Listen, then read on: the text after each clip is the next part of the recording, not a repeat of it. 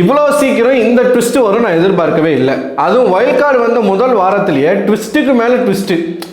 இந்த வாரம் வந்து சூப்பர் டீலக்ஸ்னு ஒரு ரூமே கிடையாது. சூப்பர் டீலக்ஸும் ஒன்று தான், பிபி ஹவுஸும் ஒன்று தான். அந்த ஒரு சிஸ்டமே கலைச்சி விட்டாங்க வைல்ட் கார்டு வந்த முதல் வாரத்தில். வைல்ட் கார்டு மட்டும்தான் கேப்டன் பதவிக்கு போட்டி போட முடியும், அந்த 4 பேர் மட்டும்தான் போட்டி போட முடியும்னு ஒரு விஷயத்த போட்டாங்க. அந்த 4 பேரில் வைல்ட் கார்டாக இன்னைக்கு வைல்டாக தேர்வு செய்யப்பட்டிருக்கிறாங்க திவ்யா அவர்கள். தலைவியாக ஆனதில் இருந்து பயங்கரமான சம்பவங்களை பண்ணிக்கிட்டு இருக்காங்க. இது வரைக்கும் வந்து இந்த 3 தலையில் பெஸ்ட்டு தலை யாருன்னு என்ன கேட்டால் நான் திவ்யாவை சொல்லுவேன். ஏன்னா முதல் நாளே வந்து நிறைய சேஞ்சஸ் தெரியுது, எல்லாரும் வேலை செய்கிறாங்க. வைல்ட் கார்டு வந்த வாரம் இன்னைக்கு வந்து எல்லாரும் சீக்கிரமாக எந்திரிச்சு சாப்பாடெல்லாம் செஞ்சாங்க காலையில். அதெல்லாம் பார்க்குறதுக்கு வந்து நமக்கு ஓகே, ஏதோ சம் சேஞ்சஸ் வந்து வைல்ட் கார்டு வந்து பண்ணுறாங்க, அவங்க ஏதோ ட்ரை பண்ணுறாங்க அப்படிங்கிறது தெரியுது. இந்த ஷோ வேறு திசையில் இப்போ போக ஆரம்பிச்சிருக்கு. இப்போ தான் ஒரு படி எடுத்து வச்சுருக்காங்க. போக போக தான் நமக்கு தெரியும் இப்படியே கண்டினியூ ஆகுதா இல்லை மறுபடியும் பழைய திசைக்கே போயிடுறாங்களா அப்படின்னு சொல்லிட்டு. ஸோ அதை விட ஒரு பெரிய ட்விஸ்டாக ஓப்பன் நாமினேஷன். இந்த ஓப்பன் நாமினேஷன் அப்படிங்கிறது எப்பயுமே வந்து பல பிரச்சனைகளையும் பல பஞ்சாயத்தையும் உருவாக்கும். ஏன்னா யாருக்குமே தெரியாமல் கன்ஃபெஷன் ரூம்குள்ளே போயிட்டு ஒருத்தரை வந்து பேரை சொல்லி அவங்களுக்கான ஒரு காரணத்தை சொல்லி நம்ம நாமினேட் பண்ணிட்டு வந்துடுவோம். நாமினேஷனில் தேர்வு செய்யப்படக்கூடிய அந்த நபருக்கு யார் நம்மளை நாமினேட் பண்ணாங்க, என்ன காரணம் சொன்னாங்க, எதுக்காக நம்மளை நாமினேட் பண்ணாங்க, கூடவே இருப்பான், பேசிகிட்டே இருப்பான், ஆனால் அவன் தான் நம்மளை நாமினேட் பண்ணியிருப்பான், அவங்களுக்கு தெரியவே தெரியாது. அது எல்லாமே இன்றைக்கி வந்து உடஞ்சிரும். கண் எதிர்க்க யார் யார் நம்மளை நாமினேட் பண்ணுறாங்க, என்ன காரணம் சொல்கிறாங்க, எத்தனை பேர் நம்மளை நாமினேட் பண்ணுறாங்க, அதை வச்சு நம்ம என்ன மாதிரியான சீன் கிரியேட் பண்ணலாம், என்ன ட்ராமா பண்ணலாம் அப்படின்னு சில பேர் வந்து எல்லா சீசன்லையும் இருப்பாங்க. இன்றைக்கி அதே மாதிரி ஒரு 2 பேர், திவாகர் மற்றும் பார்வதி. திவாகருக்கு தனியாகவே ஒரு வீடியோ போடலான்னு இருக்கேன். ஏன்னா அந்த 3வது ப்ரோமோ அதை பற்றி நம்ம பேசுவோம். வைல்ட் கார்டு கண்டஸ்டன்ஸை வந்து யாரும் இன்னைக்கு நாமினேட் செய்ய முடியாது அப்படிங்கிற ஒரு சிறப்பு சலுகை வந்து அவங்களுக்கு கிடைச்சிருக்கு. நான் அதை வரவேற்கிறேன்.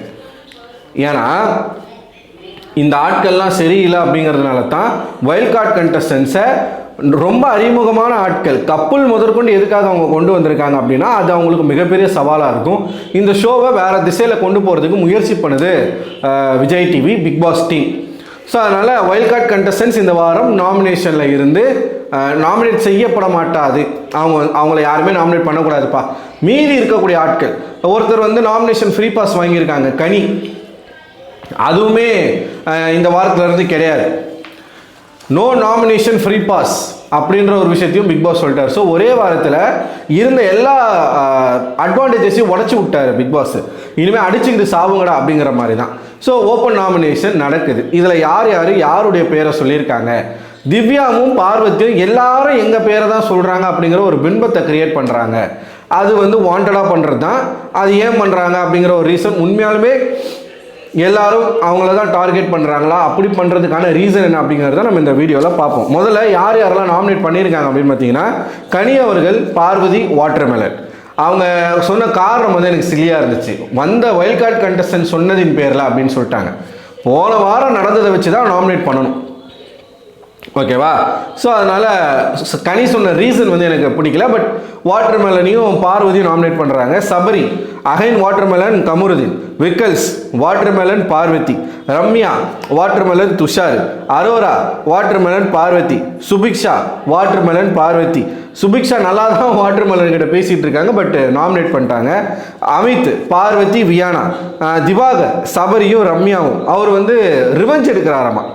ஏன்னா சபரியை வந்து வாட்டர்மெலன் வந்து சபரி வந்து வாட்டர்மெலனை நாமினேட் பண்ணார். அதே மாதிரி ரம்யாவும் வாட்டர்மெலனை நாமினேட் பண்ணார். தன்னை நாமினேட் பண்ண 2 பேரை சொல்லிட்டு போயிட்டார். சபரி வந்து ஃபேக்காக இருக்கா அப்படி. எப்பயுமே வாட்டர்மெலன் பற்றி தான் நமக்கு தெரியும்ல, அவருக்கு கோவம் வந்தால் எக்ஸ்போஸ் பண்ணி விட்டுருவார். அந்த மாதிரி சபரியை வந்து எக்ஸ்போஸ் பண்ணி விட்டார். அண்ட் ரம்யாவையும் எக்ஸ்போஸ் பண்ணி விட்டார். அடுத்து வியானா வந்து சபரி மற்றும் எஃப்ஜே, அப்புறமா கமருதீன், விக்ரம் மற்றும் கெமியை வந்து நாமினேட் பண்ணியிருக்காங்க. பிரவீன் வந்து பார்வதி, வாட்டர்மெலன். 2 பேர் கூடயும் ரெண்டு பேர் கூடயுமே பிரவீனுக்கு வந்து பர்சனலான பிரச்சனைகள் இருந்தது போன வாரம், ஓகேவா? Sandra Parvathi watermelon, Kemi watermelon Parvathi, Vinoth watermelon Parvathi, Tushar Praveen Vinoth, FJ watermelon Viyana, Parvathi Vikram கெமியை nominate பண்ண சொல்லி வாட்டர்மெலன் சொல்லியிருக்காரு. வாட்டர்மெலன் சொன்னதுனால பார்வதி வந்து கெமியை நாமினேட் பண்ணுறாங்க. ஸோ இதை கேட்டுட்டு திவ்யா அவர்கள் வந்து சொல்லிட்டாங்க வந்து நெக்ஸ்ட் திவ்யா பார்வதி திவாகர். அப்போ தான் பார்வதி திவ்யா வந்து சொல்கிறாங்க, கெமியை வந்து வாட்டர்மெலன் சொன்னதுனால நீங்கள் நாமினேட் பண்ணுறீங்க, நீங்கள் அப்படி பண்ண தேவையில்லை, உங்களுக்கு தோணுனா நீங்கள் பண்ணலாம், சுயமாக முடிவெடுங்க அப்படின்ற மாதிரி சொல்லிட்டு போயிட்டாங்க. லாஸ்ட்டாக பிரஜின் அவர்கள் வந்து பார்வதி திவாகர். பிரஜின் சொன்ன ரீசன் தான் எனக்கு ரொம்ப பிடிச்சிருந்தது.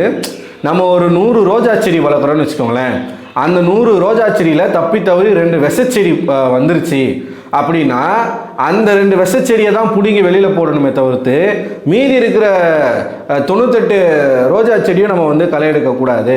அதனால் இந்த வீட்டில் இருக்கக்கூடிய 2 விஷச்செடியை நம்ம கிள்ளி வெளியில் போடணும். அதில் ஒன்று பார்வதி, இன்னொன்று திவாகர். எதுக்காக வைல்ட் கார்டு கண்டஸ்டன்ட் எல்லாருமே பார்வதி பேரை சொல்கிறாங்க எக்ஸப்ட் அமித் அவர்கள்?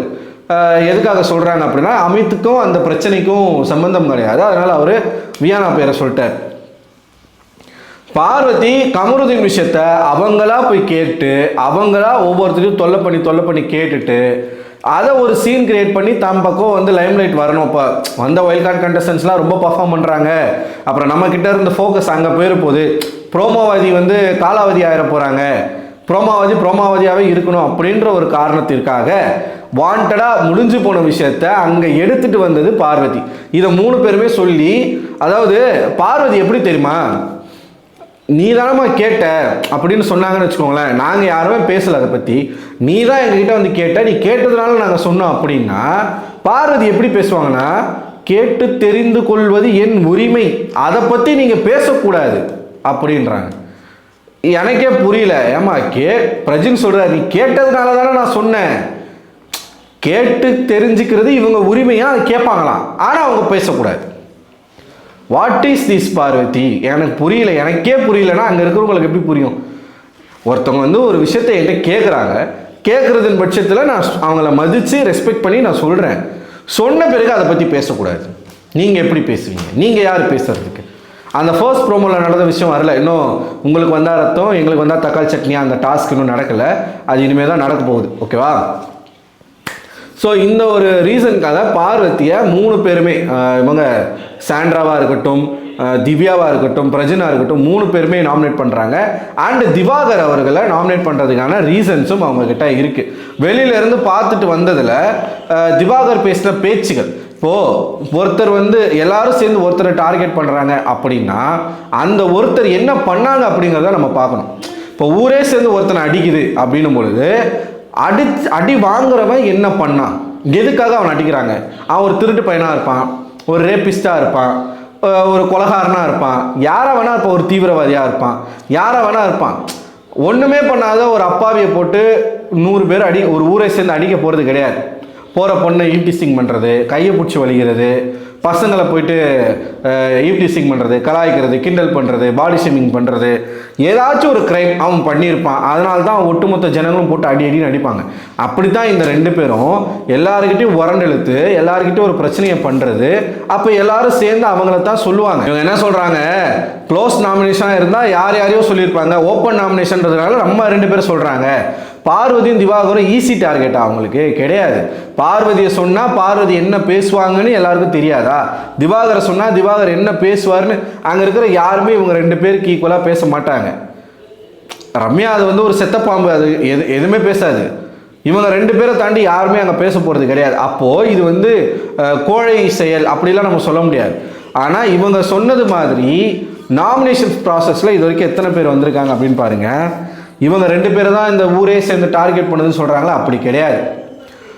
வைல்ட் கார்டு கண்டஸ்டன்ஸில் திவ்யா வந்து வீட்டின் தலை நாமினேட் செய்ய முடியாது. மீதி 3 பேர் அவங்கள நாமினேட் செய்ய முடியாது, பிக் பாஸ் சொல்லிட்டாரு. அண்டு கனி அவர்கள் நாமினேஷன் ஃப்ரீ பாஸ் வாங்கியிருக்காங்க, அவங்கள நாமினேட் செய்ய முடியாது. 19 பேரில் 5 பேர் போயிட்டாங்க. ஓகேவா? 5 பேர் போயிட்டாங்க. மீதி இருக்கக்கூடிய 14 பேரில் 2 பேரை தவிர்த்து, அரோரா மற்றும் இவங்க சுபிக்ஷாவை தவிர்த்து மீதி எல்லாருமே நாமினேஷன். ஓட்டு மட்டும்தான் ஜாஸ்தியை தவிர்த்து மற்றபடி நாமினேஷன் ப்ராசஸில் எல்லாருமே வந்துட்டாங்க. அதனால் இப்படி வந்து எங்களை தான் டார்கெட் பண்ணுறாங்க, மொத்த பேர் எங்களை தான் வந்து ஓட் பண்ணுறாங்க. ஒரு ஓட்டு வாங்கினவங்க கூட இன்றைக்கி வந்து கன்சிடர் பண்ணியிருக்காங்க. ஏன்னா அது ஓப்பன் நாமினேஷன் அப்படிங்கிறதுனால. இல்லைனா 12 பேரை நாமினேட்டில் எதுக்கு போடணும் பாருங்கள். வினோத், பிரவீன், கமருதீன், ரம்யா, எஃப்ஜே, சபரி, வியானா, கெமி, விக்ரம், பார்வதி, துஷார் மற்றும் திவாகர் 12 பேரை நாமினேஷனில் போட வேண்டிய அவசியம் என்ன? ஒரு ஓட்டு வாங்கினவங்களெல்லாம் பிக் பாஸ் வந்து விட்டுருக்கலாமே. புரியுதா நான் சொல்கிறது? ஸோ வாண்டடாக இப்படி ஒரு பிரம்மையை கிரியேட் பண்ணுறது, எங்களை தான் டார்கெட் பண்ணுறாங்க, எங்களை தான் நாமினேட் பண்ணுறாங்க, எல்லாரும் சேர்ந்து எங்களை தான் குத்துறாங்க, எல்லாரும் சேர்ந்து உங்களை குத்துறாங்கன்னா நீங்கள் அந்தளவுக்கு மற்றவங்கள குத்திருக்கீங்க. ஏங்க, யார் மேலே கருத்து வேறுபாடு இருக்கோ, யார் மேலே மாற்று கருத்து இருக்கோ, யார் மேலே வருத்தம் இருக்கோ, யாருனால ஒருத்தவங்க அஃபெக்ட் ஆகுறாங்களோ அவங்கள தானே நாமினேட் பண்ண முடியும். இதில் ஸ்ட்ராட்டஜியும் இருக்கலாம்ல, ஏன் இருக்கக்கூடாது? இவங்க 2 பேரும் ஸ்ட்ராங்கான பிளேயர்ஸ், இவங்க 2 பேரும் நாமினேட் பண்ணி இதில் யாராச்சும் ஒருத்தரை வெளியில் அனுப்பலாம் அப்படின்றது கூட ஒரு ஸ்ட்ராட்டஜியாக கூட இருக்கலாமே, தப்பு இல்லையே.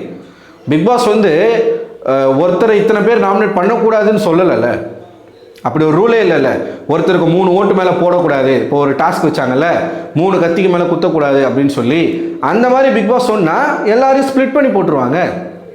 அப்போ என்ன நடக்கும்? எல்லாரும் வருவாங்க நாமினேஷனில். அதுதான் பிரச்சனை, புரியுதுங்களா? ஸோ இதான் ஓப்பன் நாமினேஷனுடைய லிஸ்ட்டு. எனக்கு தெரிஞ்சு இந்த வாரம் போகிறதுக்கான அதிகப்படியான வாய்ப்புகள் வந்து ரம்யாவுக்கு இருக்குமோன்னு தோணுது. பட் பார்ப்போம், பொறுத்திருந்து.